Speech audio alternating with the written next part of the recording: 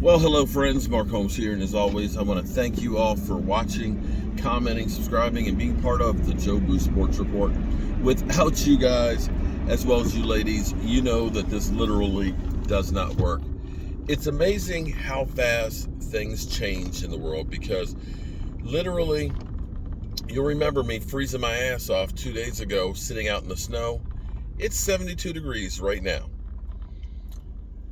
Bad things, bad weather, bad things in life don't last forever. Things change. It's constantly evolving. In fact, I got to put the window down because it's hot in here. I don't want to turn on the AC because that might burn more gas, and we know how much gas is. So we have Stephen Jones, who's one of those guys that always seems to think that he knows more than everybody else, that he's the smartest guy in the room, that he's a wheeling dealer, he's a wildcat, and knows what he's doing. In reality, it doesn't seem like they have a clue. The Dallas Cowboys have set themselves back over and over again.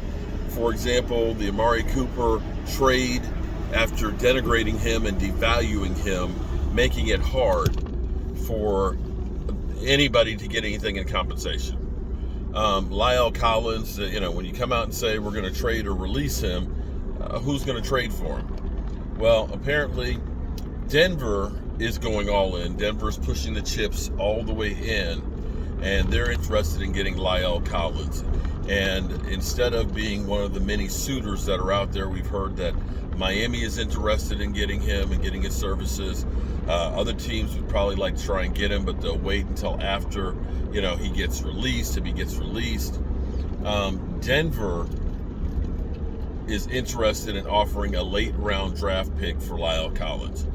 And after the trades you made for Amari Cooper, where Amari Cooper literally is one of the best route runners out there in the NFL, to swap 6-round picks and only get a 5th, I don't know that you're thinking that you're going to get a number 1 for La'el Collins. Now, here's the thing about this is, quite frankly, the best move was actually to make him a post-June 1st trade, designated post-June 1st trade, or a post-cut June 1st, so that way you save $10 million.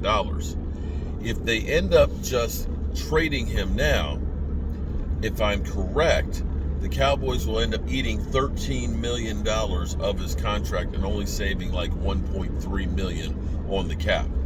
Not exactly a windfall of cash to do a whole lot with, but if he's a guy that you deem he's not with the program and he's not in our future plans, getting him off the books sooner than later is advantageous if you deem him a locker room issue.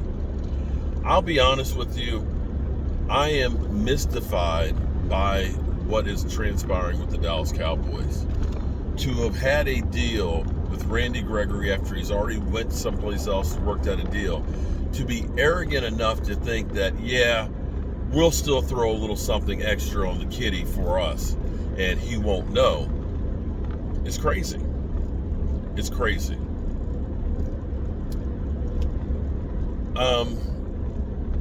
Did I want to keep Randy Gregory? Yes, I wanted to keep Randy Gregory. Had a lot of people say, oh, you're talking out of both sides of your neck. No, I choose to look at the positive on deals that are made. Randy Gregory came back, well, that's one less hole that we don't have to worry about plugging. That's one more position we don't have to worry about drafting. And he's a really good player. They didn't work out the deal. Well, we'll see how it goes.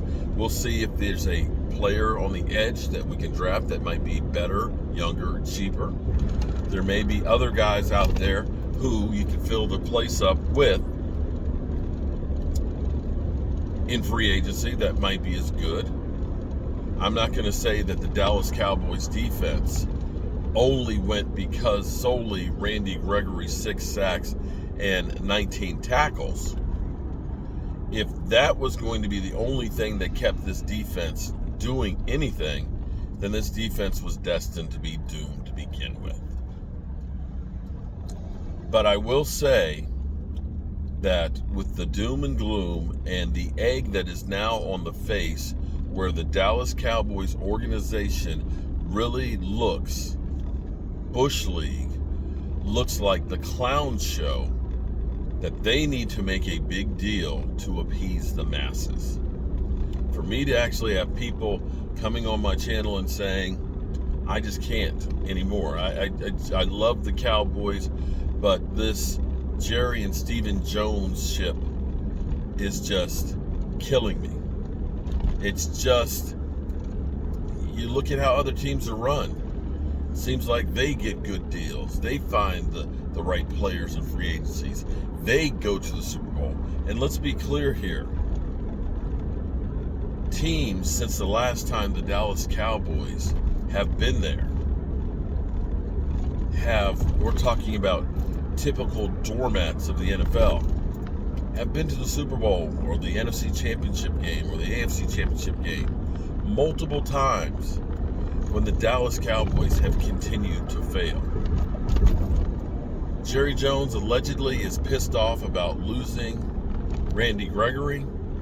I hope he takes that anger and turns it into something positive and recognizes that Stephen Jones is not the guy that he believes in. Otherwise, we're going to continue to be the same place that we have always been. And that's just stuck in the middle. Good enough to give you hope, but not good enough. Well, damn. That's kind of a surprise here. Well, okay. Wasn't expecting to see that. Okay. Good enough to give you hope, some fun to watch, but not good enough to be a team that's challenging for a Super Bowl.